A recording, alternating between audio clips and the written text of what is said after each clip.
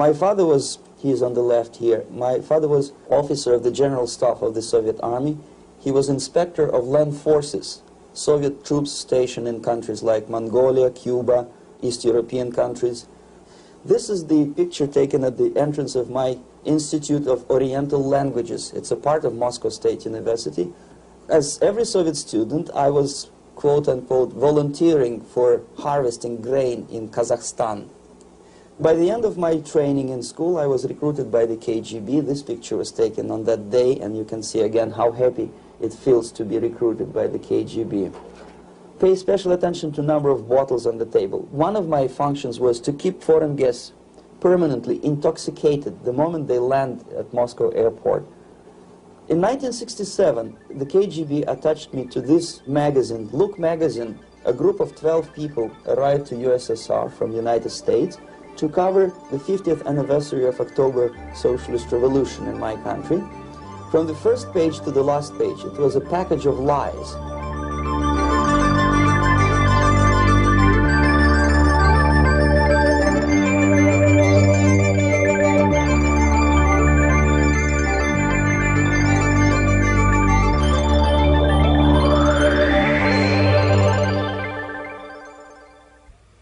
Our conversation is with Mr. Yuri Alexandrovich Bezmenov.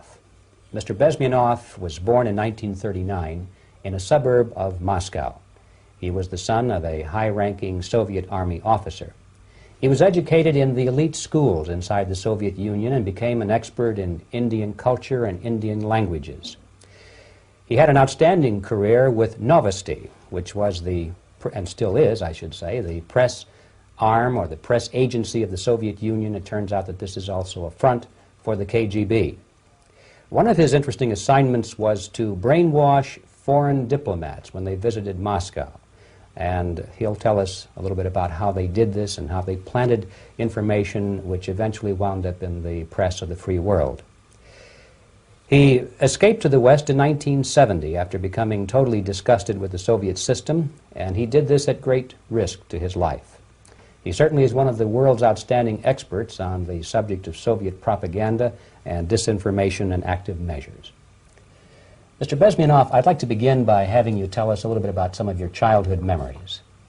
Well, the most vivid memory of my childhood was Second World War, or to be more precise, the end of the Second World War, when all of a sudden United States, from a friendly nation, which helped us to defeat Nazism, turned overnight into a deadly enemy.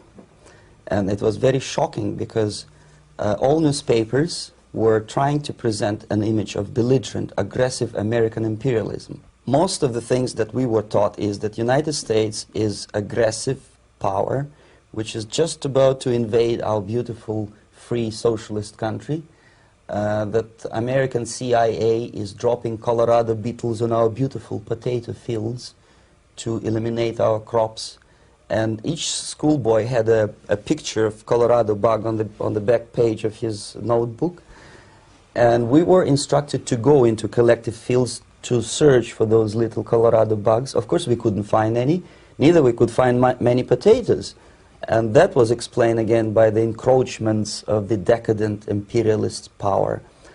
The anti-American paranoia, hysteria in the Soviet propaganda was to such of such a higher degree that many less skeptical people or less stubborn would really believe that United States is just about to invade our beautiful motherland, and some secretly hope that it will come true. That's interesting. Yes.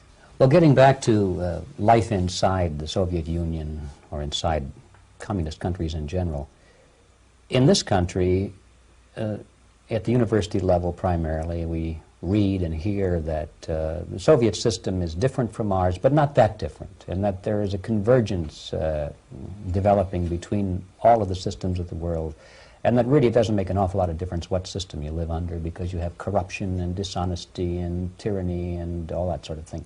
From your personal experience, what is the difference between life under communism and life in the United States? Well, life is obviously very much different for simple reason that the Soviet Union is a state capitalist economically. It's a state capitalism where an individual has absolutely no rights, no value, his life is nothing, it's just like an insect. He is disposable, whereby in the United States even the worst criminal is treated as a human being, he has a fair trial, and some of them capitalize on their crimes. They publish their memoirs in their prisons and get handsomely paid by your crazy publishers. The differences, of course, in the daily life are very various depending on whom we are talking about. In my own private life, I never suffered from communism simply because I was brought up in a family of high-ranking military officer. Most of the doors were open for me. Most of my expenses were paid by the government, and I never had any troubles with the authorities or with the police. So, in other words, I would say I enjoyed, or I had good reasons to enjoy, all the advantages of so-called socialist system. Mm-hmm. My main motivations to defect had nothing to do with affluence. It was mainly moral indignation, moral protest, rebellion against the inhuman methods of the Soviet system. Well, specifically, what did you object to? I objected, first of all, against oppression of my own dissidents and intellectuals. And that was the most disgusting thing that I witnessed as a young man, young student, who was brought up at a very troublesome period in our history, from Stalin to Khrushchev, from total tyranny and oppression to some kind of liberalization. Second, when I started working for the Soviet embassy in India, to my horror, I discovered that we are millions times more oppressive than any colonial or imperialist power in the history of mankind. That my country brings to India not freedom, progress, and friendship between the nations, but racism, exploitation, and slavery, and of course economical inefficiency to this country.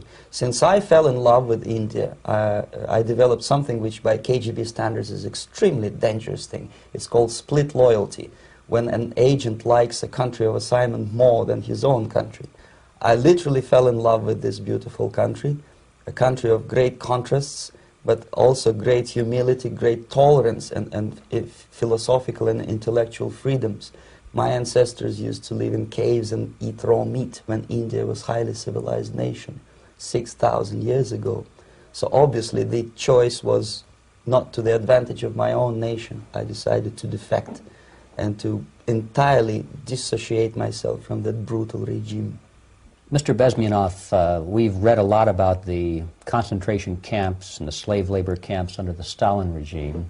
Now the general impression in America is that those things are part of the past.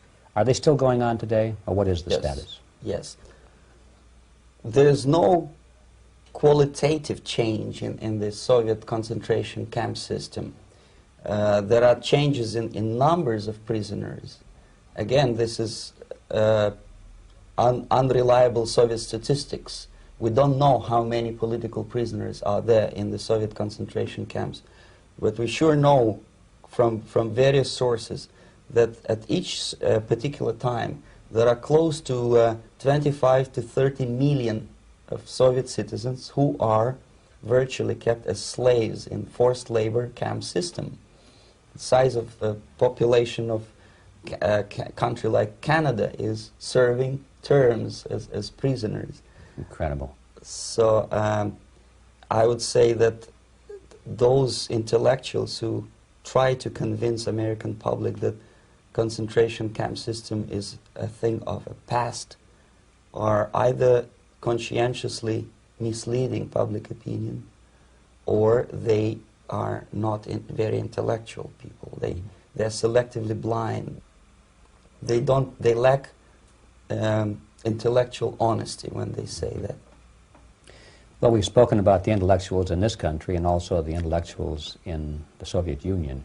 What about down at the broad mass level?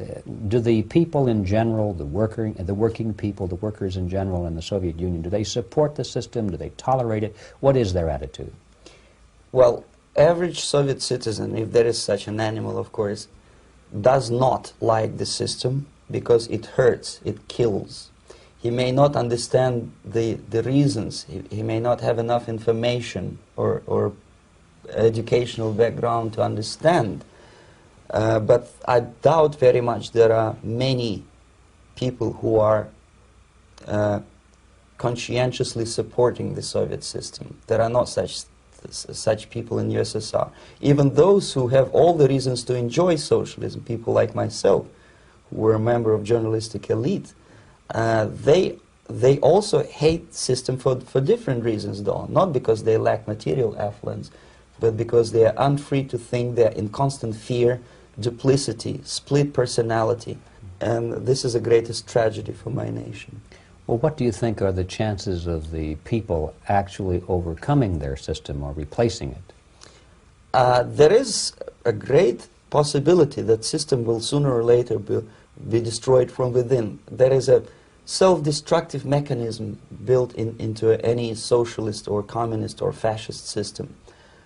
Because there is lack of feedback, because the system does not rely upon loyalty of population.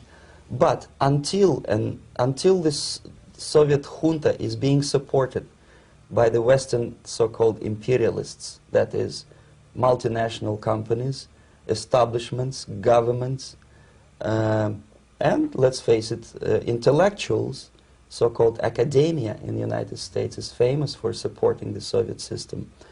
As long as the Soviet junta will keep on receiving credits, money, technology, grain deals, and political recognition from all these traitors of democracy or freedom, there is no hope, there is not much hope for changes in my country, and the system will not collapse by itself simply because it's being nourished by so-called American imperialism. This is the greatest paradox in history of mankind, when capitalist world supports and actively nourishes its own destroyer, destructor. I think you're trying to tell us something. Oh, in yes. This country. Mm-hmm. I'm trying to tell you that it has to be stopped unless you want to end up in Gulag system and enjoy all the advantages of socialist equality, working for free, catching fleas on your body, sleeping on planks of plywood in Alaska this time, I guess. Mm-hmm. That's where Americans will belong, unless they will wake up, of course, and force their government to stop aiding Soviet fascism. Mm-hmm. Well, you told us a moment ago why you left the system. I'd like to hear the details of how you did it. It must have been a very dangerous thing. It was not so dangerous, it was crazy. First of all, because defecting in India is virtually impossible, thanks to very strong pressure from the Soviet government. Excuse me, you were in India on assignment at that time? Yes, I was working for the Soviet embassy in New Delhi as a press officer. Mm-hmm. And defecting for a Soviet diplomat is next to impossible. It's a suicide, as I said, because a great friend Indira Gandhi pushed a law through parliament which says, and I quote, "No defector from any country has a right of political asylum in any embassy on the territory of Indian Republic," which is a masterpiece of hypocrisy. No other defector but the Soviet one needs a political asylum. So knowing that perfectly well, I planned a craziest possible way to defect. I studied counterculture in India. There were thousands of young American boys and girls with no shoes, long hair, smoking hash and marijuana, studying sometimes Indian philosophy, sometimes simply pretending that they studied. And they greatly annoyed Indian police, and they were laughing stock of Indians because obviously they were good-for-nothing students. I studied carefully where they congregate, what routes they travel, what language they speak, what do they smoke. And one day I simply joined a group of hippies to avoid detection of Indian police. I was dressed as a typical hippie with blue jeans, long kameez shirts, with all kind of nice decorations like beads, long hairs, I bought a wig because for several weeks I had to turn myself from a conservative Soviet diplomat into a very progressive American hippie. And that was the only way that I could avoid detection. It was very interesting experience, but it was necessary because from my own knowledge as a member of Soviet embassy staff, I knew that there were many cases when Soviet defectors were betrayed by Indian police, and also some Western embassies played a very dirty role in betraying the Soviet defectors. According to our information, they were some, I wouldn't call them double agents, but simply amoral people working for this for the United States Embassy, and confiding in people like this would be a suicide. So I had to be extremely careful. I could not trust anyone, and that was the reason for such a crazy way to defect. Well, had you been caught in the act of trying to get out, what would have happened to you? Oh, most likely I would end up in concentration camp. Or, depending on the situation and on the whim of some bureaucrat in KGB, maybe even executed. This is normal practice. Quietly, of course, not publicly. But that would be the end of my defection, of course. Well, when did you finally make it to the United States? In 1970, after about 6 months of debriefing in Athens by the CIA, and I presume FBI too, they let me go first to Germany, then to Canada. That was my decision. I had to change my identity to protect my family and my friends in USSR. And also I was a little bit paranoid knowing that both Soviet KGB and probably some double agents within the American system may be after me. So I wanted to settle down as far away as possible. I requested CIA to give me some kind of new identity and just let me go on my own. And I settled in Canada. I was a student. I changed many professions, from farm help and laundry truck driver to language instructor and broadcaster for Canadian Broadcasting Corporations in Montreal. Well, have you had any threats on your life or any yes. unpleasant in about 5 years, KGB eventually discovered that I am working for Canadian Broadcasting. I made a very big mistake. I started working for overseas service of CBC, which is similar to Voice of America, in Russian language. And of course, monitoring service in USSR picked up every new voice. Every new announcer, they would make it a point to discover who he is. And in 5 years, sure enough, slowly but surely, they discovered that I am not Thomas Schumann, that I am Yuri Alexandrovich Bezmenov, and that I am working for Canadian Broadcasting, and undermining beautiful détente between Canada and USSR. And the Soviet ambassador Alexander Yakovlev made it his personal effort to discredit me. He complained to Pierre Trudeau, who is known to be a little bit soft on socialism.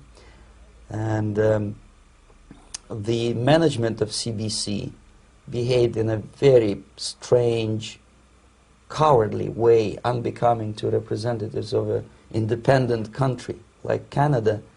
They listened to every suggestion that Soviet ambassador gave, and they started shameful investigation, analyzing content of my broadcasts to USSR. And sure enough, they discovered that some of my statements were probably would be offending to the Soviet Politburo. So I had to leave my job. And of course, subtle intimidations. They would say something like, please cross the street carefully because, you know, traffic is very heavy in Quebec.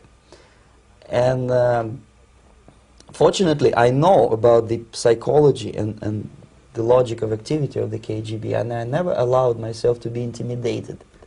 This is the worst thing. This is what they expect a person, a defector, to be intimidated. Once they spot that you are scared, they keep on developing that line And then eventually you either have to give up entirely and work for them, or they neutralize you. They would definitely stop all kind of political activity, which they failed to do in my case, because I was stubbornly working for the Canadian Broadcasting. And in response to their intimidations, I said that, look, this is a free country, and I am as free as you are. And I also can drive very fast. And gun control is not yet established in Canada, so I had a couple of good shotguns in my basement. So welcome to visit me someday with your Kalashnikov's machine guns. So obviously it didn't work. Intimidation didn't work. So they tried different approach, as I described. They approached on the highest level, on the level of Canadian bureaucracy. And on that level they were successful. On that level they were successful. On individual level they failed flat. Mr. Bezmenov has brought a series of slides with him that he has taken from the Soviet Union, and I think this is a good time to take a look at the slides. Yes. Now, the viewers will be able to see these slides as we talk about them. Yes, this is a collection of slides which are, some of them are snapshots from my family album, some of them are documents which I smuggled from the Soviet embassy, and some are reproductions from local mass media. I usually show them to establish my credibility as a defector. This is a picture of my native town, Mytishi, about 20 miles north from Moscow. Characteristically, there's a statue of Comrade Lenin in the central square.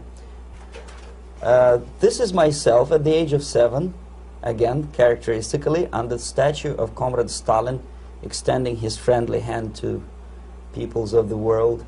At that age, of course, I was still idealistically minded young communist, and I still believe that sooner or later things will go for better. But I realized that the system stinks, that something is fishy, and that ideology is fake, and the propaganda about advanced Soviet agriculture simply didn't meet the criteria of reality. If they talk about abundance of food and there is none in the stores, there must be something wrong. My father was, he's on the left here, my father was officer of the General Staff of the Soviet Army. He was inspector of land forces, Soviet troops stationed in countries like Mongolia, Cuba, East European countries.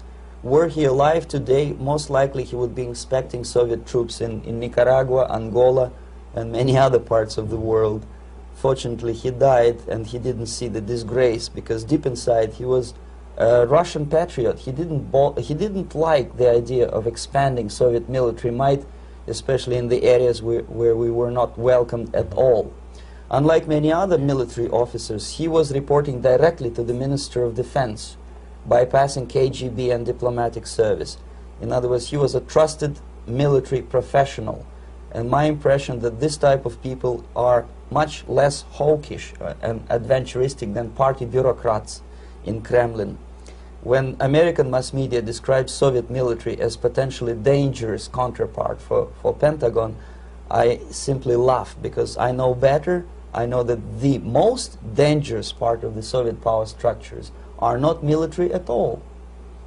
Most likely, if they come to power in my country, they'll be more sensible negotiators for nuclear disarmament and withdrawal of the Soviet troops from many parts of the world. But if someone from the party structure or the KGB structure were to give the orders for a military intervention, they have to obey, they would follow, because they are professional military. But they, you see, the triangle of power and hate in USSR is the party at the top, the party elite, the oligarchy of the party, then the military, and the KGB at the bottom.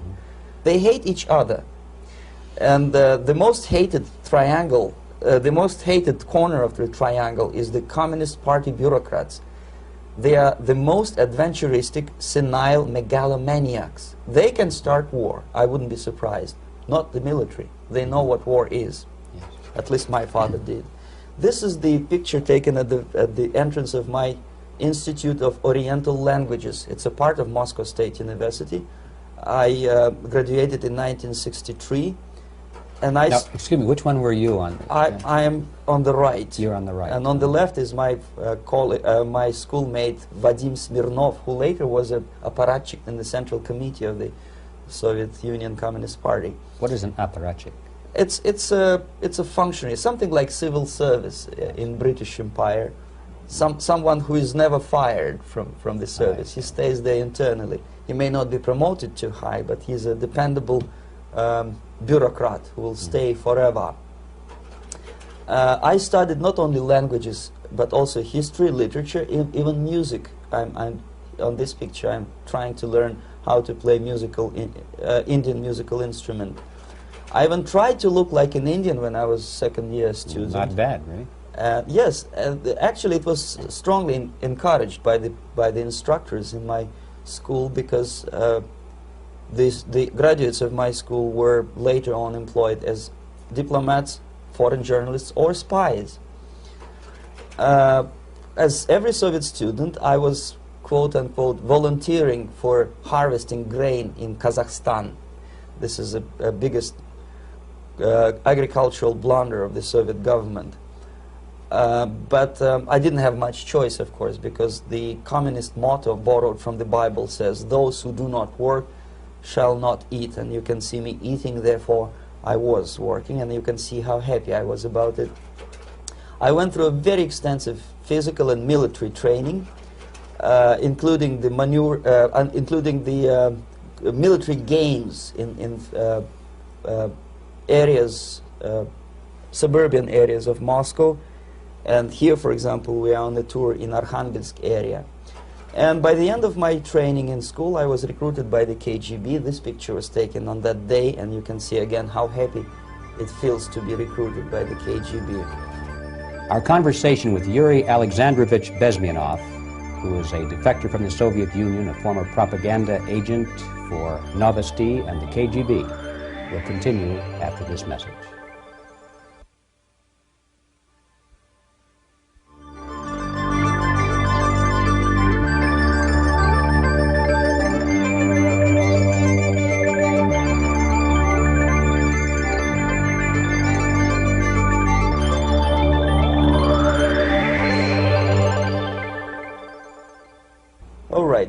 As every student in USSR, I went through very extensive physical and military training and civil defense training too. Unlike in the United States, where civil defense is virtually non-existent, zero.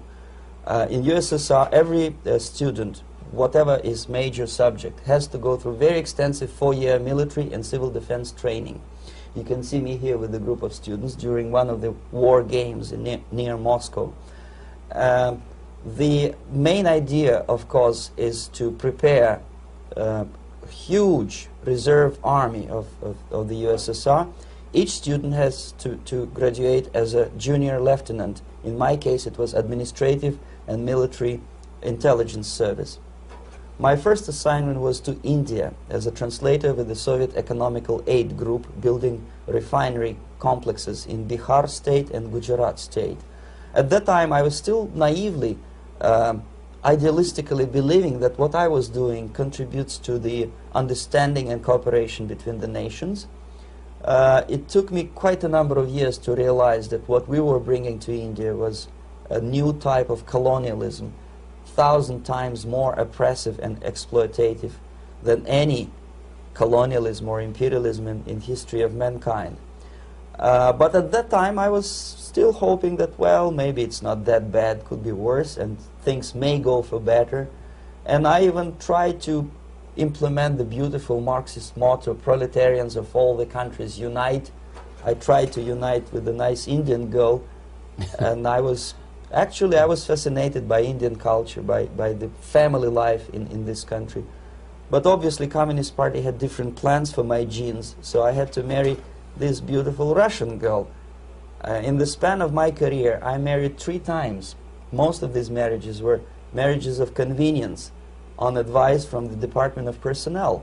This is normal practice in USSR. When a Soviet citizen is assigned to a foreign job, he has to be married, either to keep family in USSR as hostages, or, if it's a convenience marriage like mine, so that the husband and wife are virtually informers on each other to prevent defection or contamination by decadent imperialist or capitalist ideas.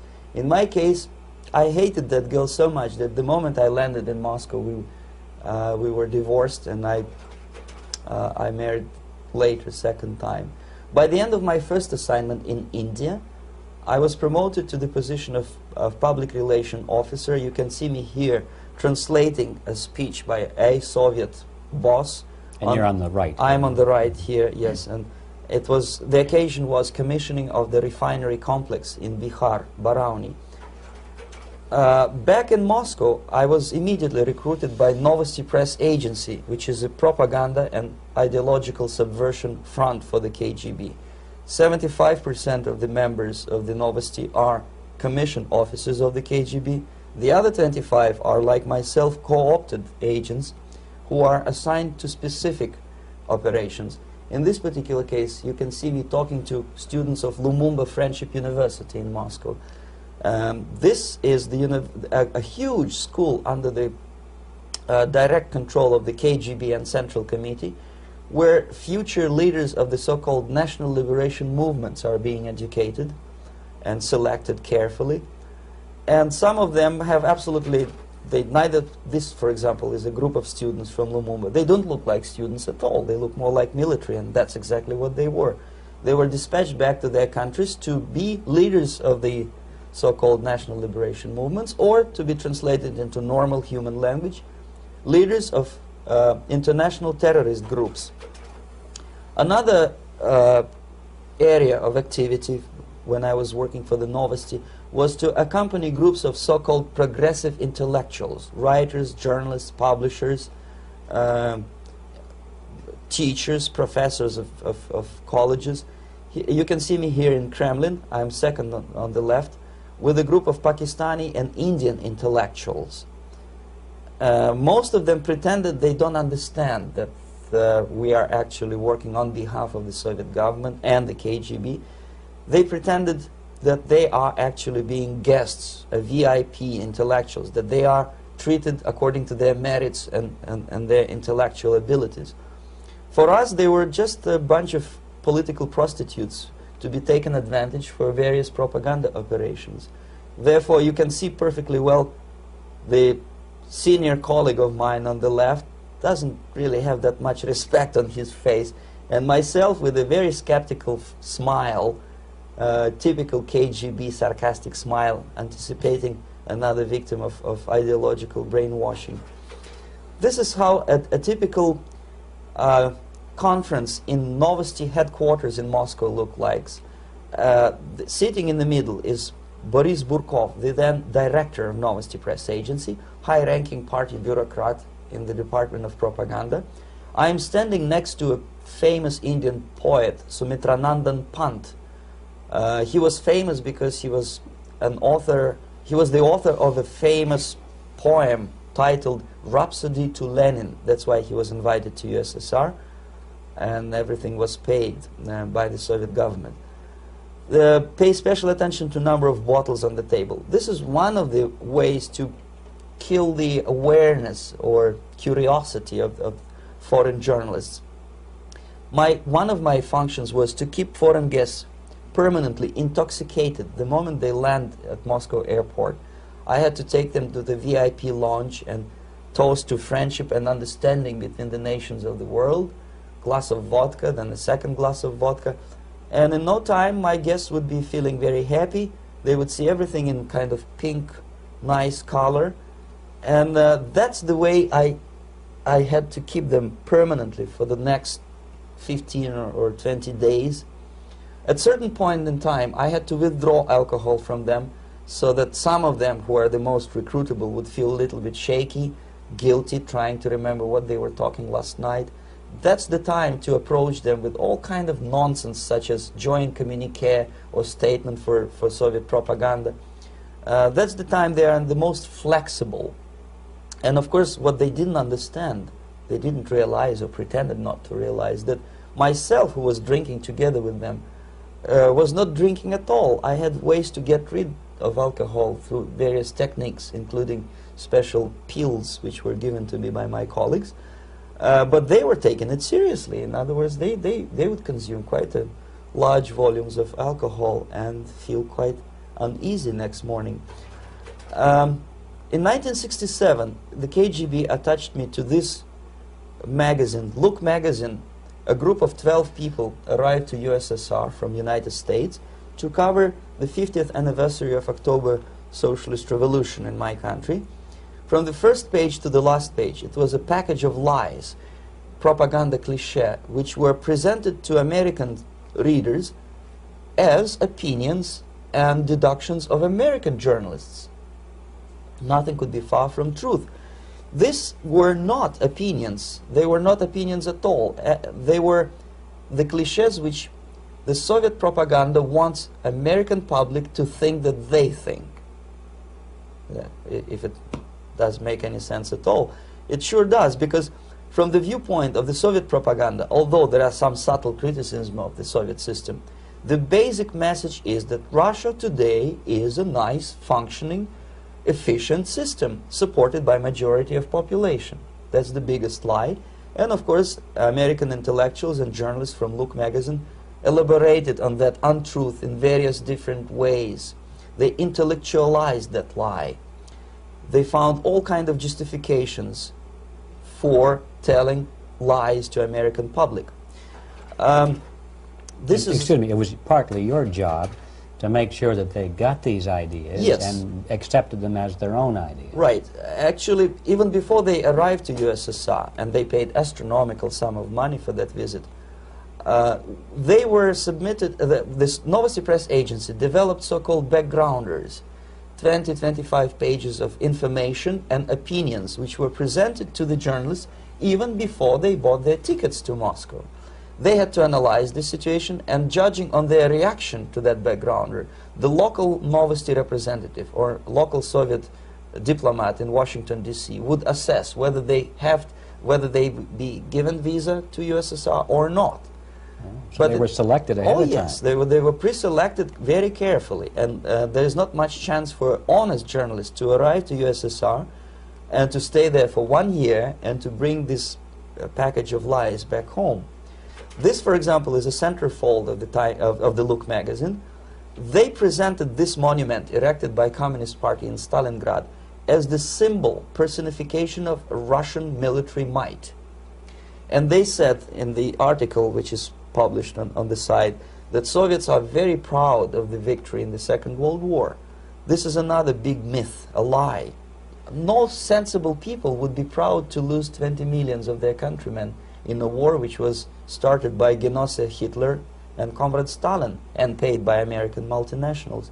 Most of the Soviet citizens look at this type of monuments with disgust and sorrow, because every family lost father, brother, sister, or child in the Second World War.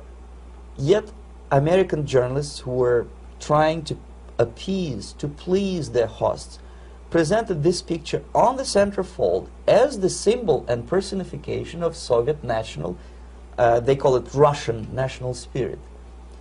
And it was greatest misconception and a very tragic misunderstanding. Of course, Look magazine was not distributed in USSR. The main audience was in United States. But I presume that many Americans, millions of Americans who were reading Look magazine at that time, had absolutely wrong idea about the sentiments of my nation, about what the Soviets are proud of and what they hate. This is a group, you see the same lady with the sword in Stalingrad. This is the group of journalists. Myself is in the center with the same devilish smile. And Mr. Philip Harrington is on the extreme left there with his camera. This is the gentleman which was so deaf or so uninterested in what I had to say to him. This is the same picture, a blow-up of the same picture. Many guests from various countries, in this particular case from Asia and Africa, were taken by me as a Novosti Press Agency employee for a tour across Siberia, for example. We would show them typical kindergarten, you see, nothing special by American standards, just nice children sitting, eating their breakfast or lunch. What they could not understand, or they pretended not to understand, that this is an exemplary kindergarten. This is not the kindergarten for average person or average family in USSR. And we maintain that illusion in their minds. You can see myself under the red spot in the middle there, with the same business-like expression. I'm doing my job. That's what I'm assigned to do, and that's what I was paid to do.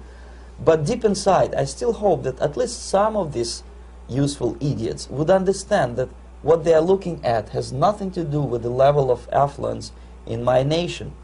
This is a better picture which reflects the true spirit of the Soviet childhood. This picture was printed in a Canadian government publication by mistake. In the middle you can see children playing on a small courtyard, and the caption goes, "This is a typical kindergarten in Siberia." What these idiots didn't understand, that it is not kindergarten at all. It is a prison for children of political prisoners. But there was not a single mentioning that what they were visiting actually was an area of concentration camps. And the job of people like myself to help them to not to notice that they are actually talking to prisoners. Most of the children were dressed, especially on the occasion of the foreigners' visit. Of course, there were no corpses on the ground. There were no machine gun guards. And well, it looks not very pleasant, as you see. It looks dull, but obviously it does not create an impression that this is actually a prison. Well, did any of the journalists have the curiosity to ask about prisons and that kind of thing? Yes. They were in Siberia. This is what you associate. Yes, some of them asked questions, and naturally we would give them, for the stupid question, we give them stupid answer. No, there are no prisons in Siberia. No, most of the people who you see are free citizens of USSR. They are very happy to be here, and they are contributing to the glory of the socialist system. Some of them pretended that they believe what I was telling them, and most of them, we may discuss it later, what are the motivations of these people? Why would they stubbornly bring lies to their own population through their own mass media? I have various answers to this. There is not a single explanation. It's a complex of explanations. It's fear, pure biological fear. They understand that they are on the territory of an enemy state, a police state. And just to save their rotten skins and their miserable jobs, their affluence back home, they would prefer to tell a lie than to ask truthful questions and report truthful information. Second, most of these schmucks were afraid to lose their jobs, because obviously if you tell truth about my country, you will not last long as a correspondent of New York Times or Los Angeles Times. They will fire you. What kind of correspondent are you? You obviously cannot find common language with Russians if they kick you out in 24 hours. So just by trying to be conformist to their own editorial bosses, they tried not to offend the sentiments of the Soviet administrators and people like myself. Deep inside, I hope they would insult my or offend my sentiments. Obviously, they preferred not to.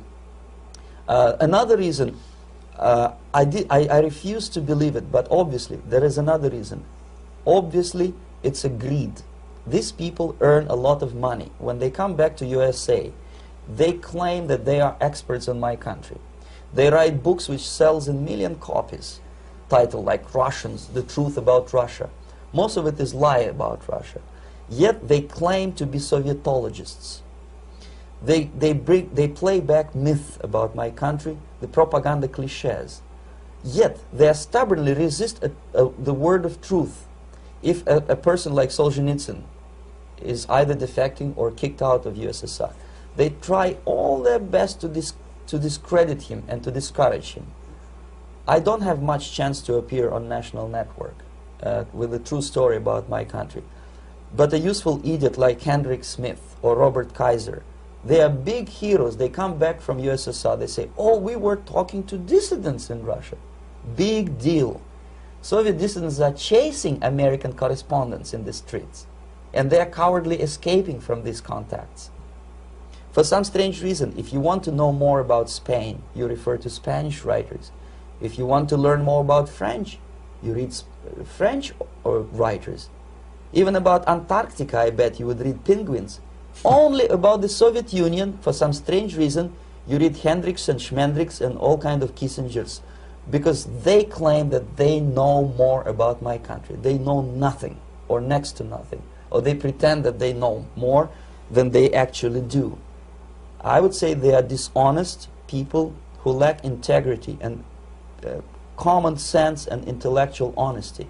They bring back all kind of stories like that. A kindergarten in Siberia. Omitting the most important fact, it's a prison for children of political prisoners. Another greatest example of monumental idiocy of American politicians. Edward Kennedy was in Moscow, and he thought that he is a popular, charismatic American politician who is easygoing, who can smile, dance at the wedding in Russian Palace of Marriages. What he did not understand, or maybe he pretended not to understand, that actually he was being taken for a ride. This is a staged wedding, especially to impress foreign media or useful idiots like Ed Kennedy. Most of the guests there, they had security clearance, and they were instructed what to say to foreigners. This is exactly what I was doing. You can see me in the same damn wedding palace in Moscow where Ed Kennedy was dancing here. You see, smiling. He thinks he's very smart. From the viewpoint of Russian citizens who observe this idiocy, he's narrow-minded, egocentrical idiot who tries to earn his own popularity through participation in propaganda farces like this. Here you can see myself. On the right, again, exemplary Soviet bride. On the left, 3 journalists from various countries, Asia, Africa, and Latin America. Obviously, they enjoying the situation. They will go back home and write the reports. We were present on a regular Soviet wedding. They were not present on a regular Soviet wedding. They were present, they were parts of a farce, of a circus performance. Another thing which I had to, sometimes risking my life to explain to foreigners. Time magazine, for example, is very critical of South African racist regime. The whole article was dedicated to the shameful internal passport system where blacks are not allowing to live with whites. For some strange reason, for the last 14 years since my defection, nobody wanted to pay attention to my passport. This is my passport. It also shows my nationality, and it has a police rubber stamp, which is called propiska in Russian language, which assigns me to a certain area of residence. I cannot leave that area, same way as this black man cannot leave the area in South Africa. Yet we call South African government racist regime.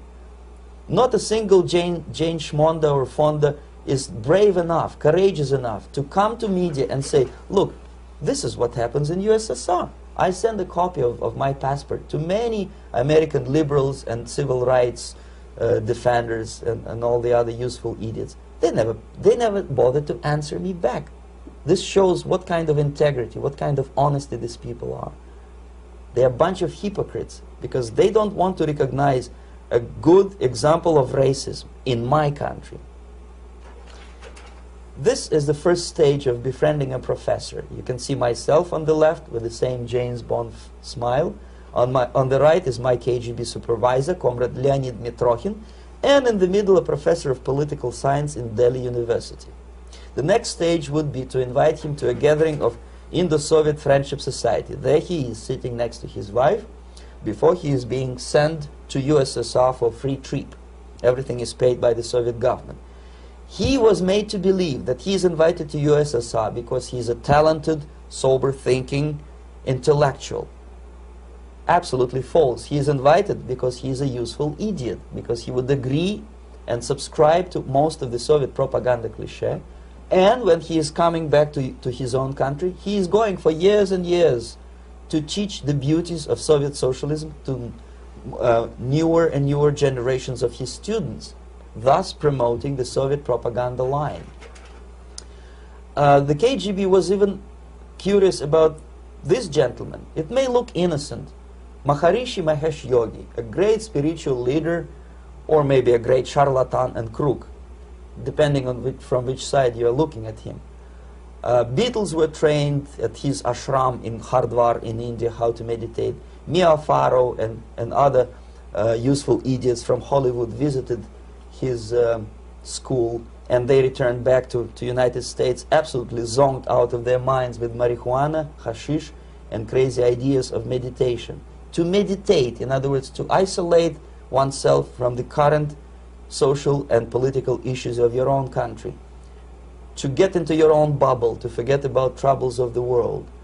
Obviously, KGB was very fascinated with such a beautiful school, such a brainwashing center for stupid Americans. I was dispatched by the KGB to check what kind of VIP Americans attend this school. That's you on the left. Yes, I'm on the left. I was trying to get enrolled in that school. Unfortunately, the Maharishi Mahesh Yogi asked too much. He wanted $500 American for enrollment. But my function was not actually to get enrolled in the school. My function was to discover what kind of people from United States attend this school. And we discovered that, yes, there are some influential members of family, public opinion makers of United States, who come back with the crazy stories about Indian philosophy. Indians themselves look upon them as idiots, useful idiots. To say nothing about KGB, who looked at them as extremely naive, misguided people.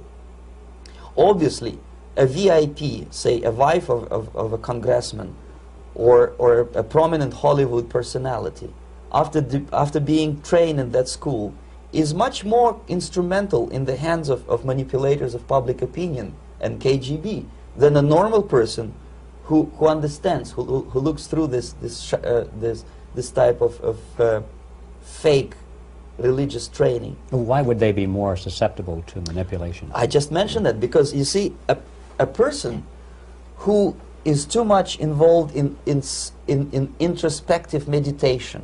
You see, if you carefully look what Maharishi Mahesh Yogi is teaching to Americans, is that most of the problems, most of the burning issues of today can be solved simply by meditating. Don't rock the boat. Don't get involved. Just sit down, look at your navel, and meditate. And the things, due to some strange logic, due to cosmic vibration, will settle down by themselves. This is exactly what the KGB and Marxist-Leninist propaganda wants from Americans, to distract their opinion, attention, and mental energy from real issues of the United States into a non-issues, into a non-world, non-existent harmony.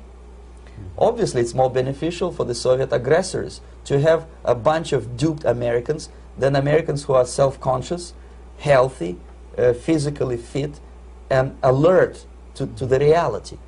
Maharishi Mahesh Yogi obviously is not on the payroll of the KGB. But whether he knows it or not, he contributes greatly to demoralization of American society. And he's not the only one. There are hundreds of those gurus who come to your country to capitalize on naivete and stupidity of Americans. It's a fashion. It's a fashion to meditate. It's a fashion not to be involved. So obviously, you can see that if KGB were that curious, if they paid my trip to Hardwar, if they assigned me to that strange job, obviously they were very much fascinated. They were convinced that that type of brainwashing is very efficient and instrumental in demoralization of the United States.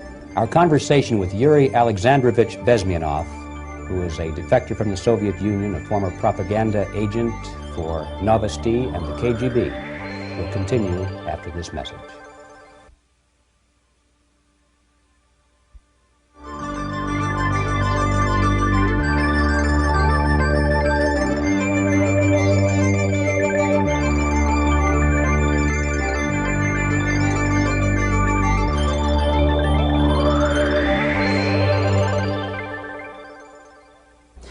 This picture shows the part of the building of USSR embassy, and my supervisors. On the left is Comrade Mehdi, an Indian communist, and on the right, Comrade Mitrokhin, my supervisors in the secret department of research and counter-propaganda. It has nothing to do with either research or counter-propaganda. Most of the activity of that department was to compile huge volume of information on individuals who were instrumental in creating public opinion. Publishers, editors, journalists, actors, educationalists, professors of political science, members of parliament, representatives of business circles. Most of these people were divided roughly in two groups. Those who would toe the Soviet foreign policy, they would be promoted to the positions of power through media and public opinion manipulation. Those who refused the Soviet influence in their own country would be character assassinated or executed physically come revolution. Same way as in the small town of Hue in South Vietnam, several thousands of Vietnamese were executed in one night when the city was captured by Viet Cong for only 2 days.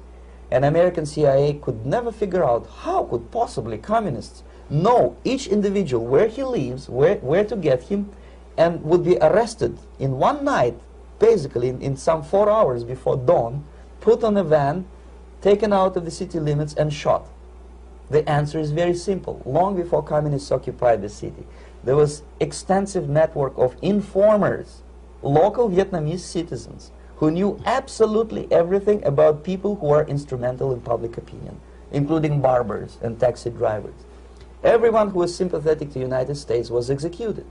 Same thing was done under the guidance of the Soviet embassy in Hanoi, and same thing I was doing in New Delhi.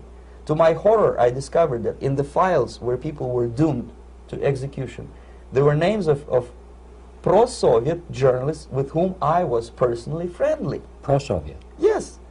They were idealistically minded leftists who made several visits to USSR, and yet the KGB decided that come revolution or drastic changes in political structure of India, they will have to go. Why is that? Because they know too much. Simply because, you see, the useful idiots, the leftists who are idealistically believing in the beauty of Soviet socialist or communist or whatever system, when they get disillusioned, they become the worst enemies. That's why my KGB instructors specifically made a point, never bother with leftists. Forget about these political prostitutes. Aim higher. This was my instruction. Try to get into large circulation, established conservative media. Rich, filthy rich movie makers, intellectuals, so-called academic circles. Cynical, egocentric people who can look into your eyes with angelic expression and tell you a lie. These are the most recruitable people, people who lack moral principles, who are either too greedy or too suffer from self-importance. They feel that they matter a lot. These are the people who KGB wanted very much to recruit. But to eliminate the others, to execute the others, don't they serve some purpose? Wouldn't they be the ones they rely on? They serve purpose only at the stage of destabilization of a nation. For example, your leftists in United States, all these professors and all these beautiful civil rights defenders, they are instrumental in the process of the subversion only to destabilize the nation. When their job is completed, they are not needed anymore. They know too much. Some of them, when they get disillusioned, when they see that Marxist-Leninists come to power, obviously they get offended. They think that they will come to power. That will never happen, of course. They will be lined up against the wall and shot. But they may turn into the most bitter enemies of Marxist-Leninists when they come to power. And that's what happened in Nicaragua. You remember most of these former Marxist-Leninists were either put to prison or one of them split, and now he's working against Sandinistas. It happened in Grenada when Maurice Bishop was already a Marxist. He was executed by a new Marxist who was more Marxist than this Marxist. Same happened in Afghanistan when first there was Taraki, he was killed by Amin, then Amin was killed by Babrak Karmal with the help of KGB. Same happened in Bangladesh when Mujibur Rahman, very pro-Soviet leftist, was assassinated by his own Marxist-Leninist military comrades. It's the same pattern everywhere. The moment they serve their purpose, all the useful idiots are either be executed entirely, all the idealistically minded Marxists, or exiled or put in prisons, like in Cuba. Many former Marxists are in Cuba, in prison. So most of the Indians who were cooperating with the Soviets, especially with our Department of Information of the USSR Embassy, were listed for execution. And when I discovered that fact, of course I was sick. I was mentally and physically sick. I thought that I'm going to explode one day during the briefing at the ambassador's office. I would stand up and say something that we are basically a bunch of murderers. That's what we are. It has nothing to do with friendship and understanding between the nation and blah, blah, blah. We are murderers. We behave as a bunch of thugs in a country which is hospitable to us, a country which with ancient traditions. But I did not defect. I tried to get the message across. To my horror, nobody wanted even to listen, least of all to believe what I had to say. And I tried all kinds of tricks. I would leak information through letters or lost documents or something like that. And still I got no message. The message was not published, even in the conservative mass media of India. The immediate impulse to defect was Bangladesh crisis, which was described by American correspondents as Islamic grassroots revolution, which is absolute baloney. There was nothing to do with Islam, and there was no grassroots revolution. Actually, there are no grassroots revolutions, period. Any revolution is a byproduct of a highly organized group of conscientious and professional organizers, but has nothing to do with grassroots. In Bangladesh, it was nothing with grassroots. Most of the Awami League party members, Awami League means People's Party, were trained in Moscow in the High Party School. Most of the Mukti Fauj leaders, Mukti Fauj in Bengali means People's Army, same as SWAPO and all kind of liberation armies all over the world, the same bunch of useful idiots. They were trained at Lumumba University and various centers of the KGB in Simferopol, in Crimea, and in Tashkent. So when I saw that Indian territory is being used as a jumping board to destroy East Pakistan, I saw myself thousands of so-called students traveling through India to East Pakistan, through the territory of India, and Indian government pretended not to see what's going on. They knew perfectly well, the Indian police knew it, the intelligence department of the Indian government knew it, the KGB of course knew it, and the CIA knew it. That was most infuriating, because when I defected and I explained to the CIA debriefers they should watch out because East Pakistan is going to erupt any moment, they said I was reading too many James Bond novels. Anyway, so East Pakistan was doomed. One of my colleagues in the Soviet consulate in Calcutta, when he was dead drunk, he ventured into the basement to relieve himself, and he found big boxes which said printed matter to Dhaka University. Dhaka is the capital of East Pakistan. And since he was drunk and curious, he opened one of the boxes and he discovered not printed matter. He discovered Kalashnikov guns and ammunition in there. Anyway, it's a long story. When I saw the preparations for the invasion into East Pakistan, obviously I wanted to defect immediately. The only thing I couldn't at that time make up my mind when and where and how. One of the reasons, of course, you see, I was in love with India. I mentioned it before. I spoke the languages. I socialized with people.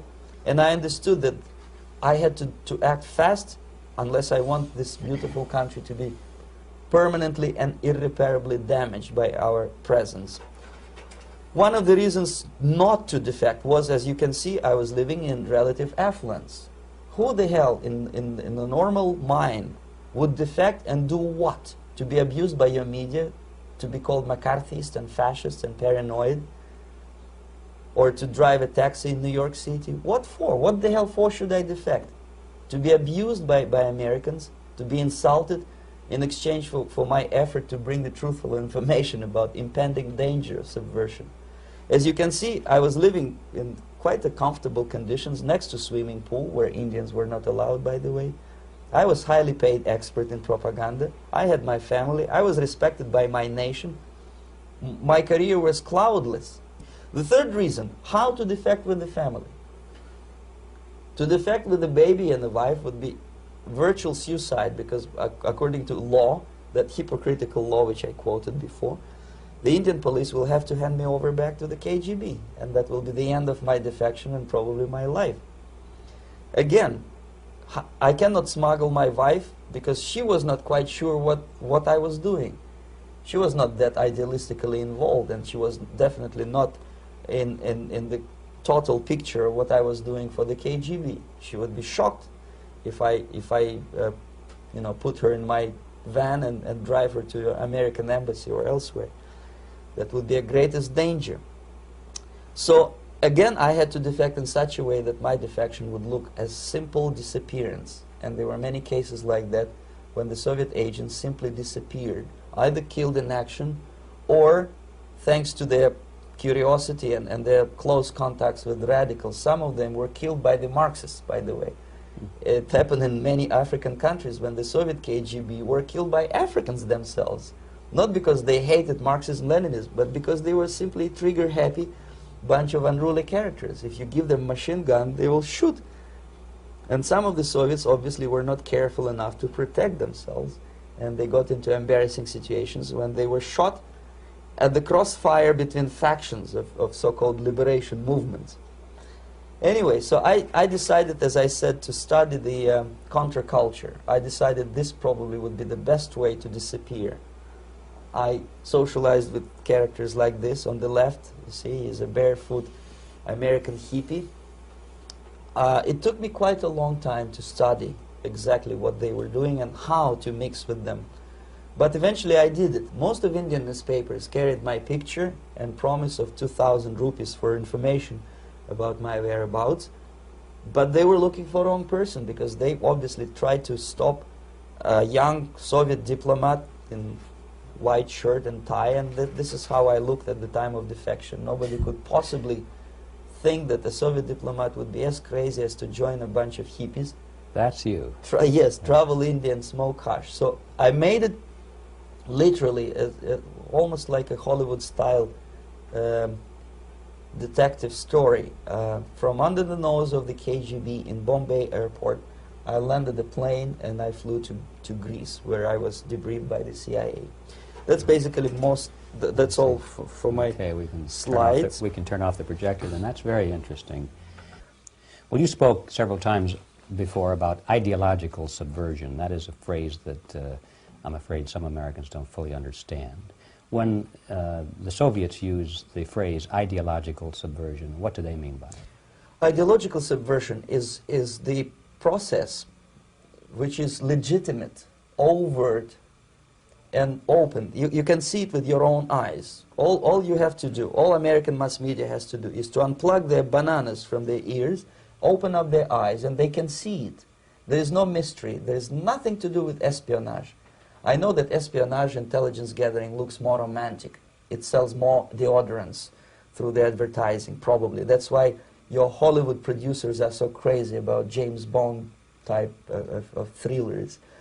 But in reality, the main emphasis of the KGB is not in the area of intelligence at all.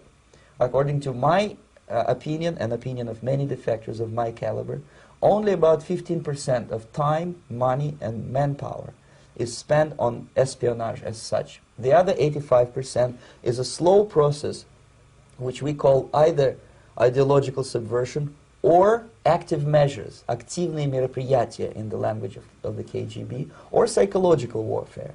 What it basically means is to change the perception of reality of every American to such an extent that despite of the abundance of information, no one is able to come to sensible conclusions in the interests of defending themselves, their families, their community, and their country.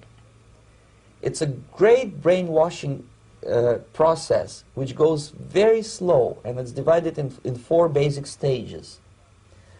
The first one being demoralization. It takes from 15 to 20 years to demoralize a nation. Why that many years? Because this is the minimum number of years which requires to educate one generation of students in the country of your enemy.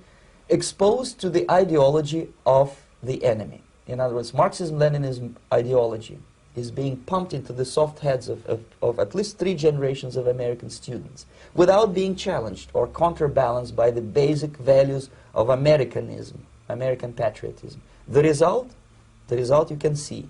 Most of the people who graduated in the 60s, dropouts or half-baked intellectuals, are now occupying the positions of power in the government, civil service, business, mass media, educational system. You are stuck with them. You cannot get rid of them. They are contaminated. They are programmed to think and react to certain stimuli in a certain pattern. You cannot change their mind, even if you expose them to authentic information, even if you prove that white is white and black is black. You still cannot change the basic perception and the logic of behavior. In other words, these people, the process of demoralization is complete and irreversible. To get rid society of these people, you need another 20 or 15 years to educate a new generation of patriotically minded and common sense people who would be acting in favor and in the interests of United States society. And yet these people who've been programmed and, as you say, in place and who are favorable to an opening with the Soviet concept, these are the very people who would be marked for extermination in this country? Most of them, yes. Simply because the psychological shock when they will see in future what the beautiful society of equality and social justice means in practice, obviously they will revolt. They will be very unhappy, frustrated people. And the Marxist-Leninist regime does not tolerate these people. Obviously they will join the links of dissenters, dissidents. Unlike in present United States, there will be no place for dissent in future Marxist-Leninist America. Here you can get popular like Daniel Ellsberg and filthy rich like Jane Fonda for being dissident, for criticizing your Pentagon. In future, these people will be simply squashed like cockroaches. Nobody is going to pay them nothing for their beautiful, noble ideas of equality. This they don't understand, and it will be a greatest shock for them, of course. The demoralization process in the United States is basically completed already. For the last 25 years, actually it's overfulfilled, because demoralization now reaches such areas where previously not even Comrade Andropov and all his experts would even dream of such a tremendous success.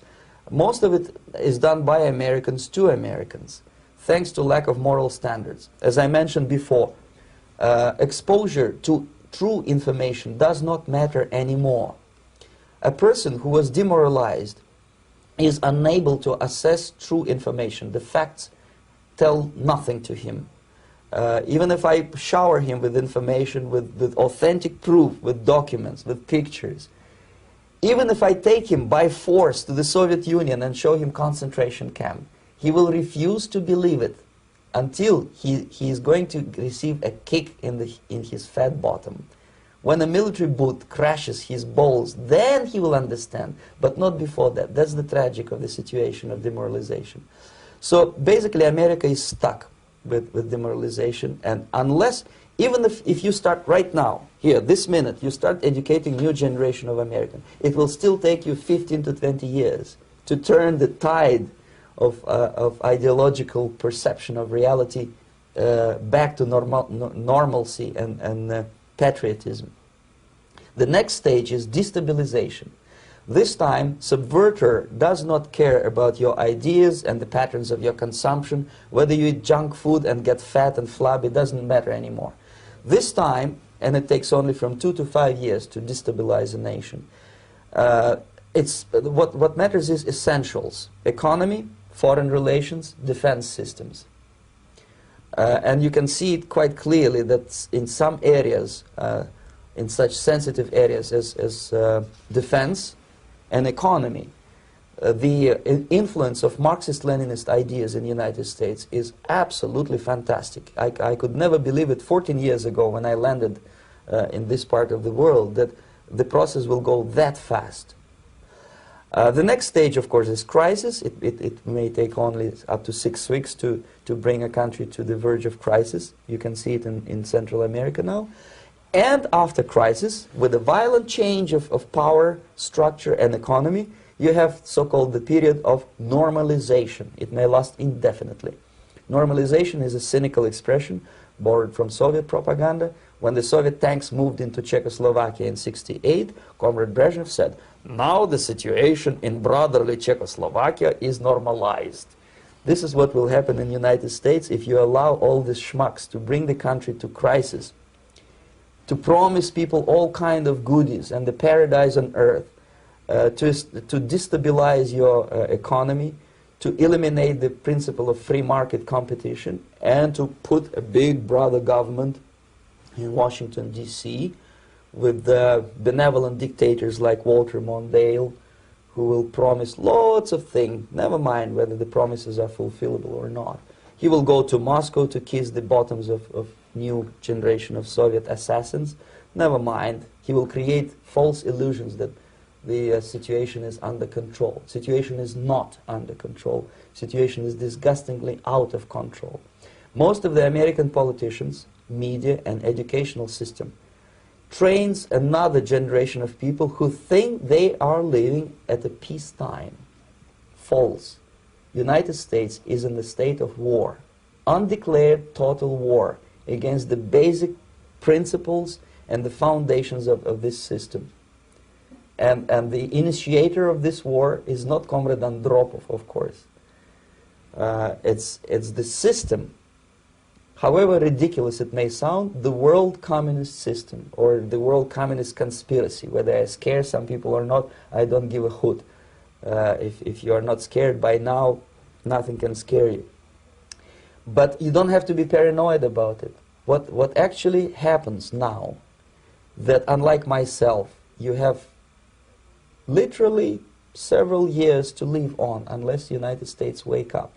The time bomb is ticking. With every second, the disaster is coming closer and closer. Unlike myself, you will have nowhere to defect to, unless you want to live in Antarctica with penguins. This is it. This is the last country of freedom and possibility. Okay, so what do we do? What is your recommendation to the American people?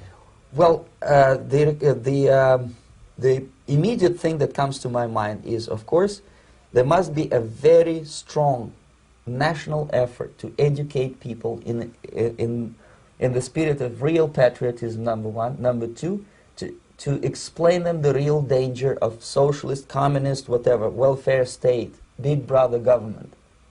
If people will fail to grasp the impending danger of that development, nothing ever can help United States. You may kiss goodbye to your freedom, including freedoms to homosexuals, to prison inmate. All this freedom will vanish, evaporate in 5 seconds, including your precious lives.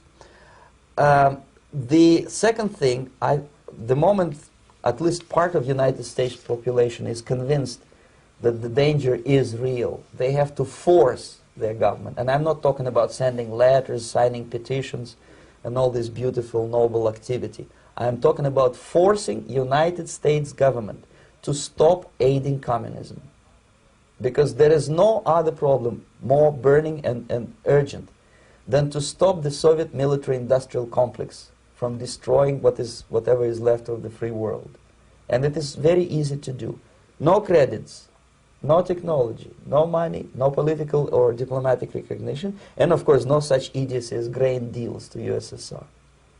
The Soviet people, 270 millions of Soviets, will be eternally thankful to you if you stop aiding a bunch of murderers who sit now in Kremlin and whom President Reagan respectfully calls government. They do not govern anything, least of all such complexity as the Soviet economy.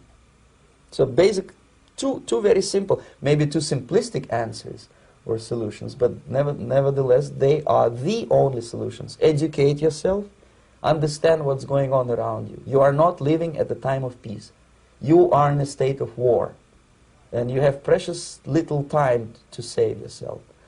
You don't have much time, especially if you are talking about young generation. There is not much time left for convulsions and sexual masturbation to the beautiful disco music. Very soon it will go, just overnight. If we are talking about capitalists or wealthy businessmen, I think they are selling the rope on which they will hang very soon. If they don't stop, if they cannot curb their unsettled desire for profit, and if they keep on trading with the monster of the Soviet communism, they are going to hang very soon. And they will pray to be killed, but unfortunately they will be sent to Alaska probably to manage industry of slaves. It's simplistic. I know it sounds unpleasant. I know Americans don't like to listen to things which are unpleasant.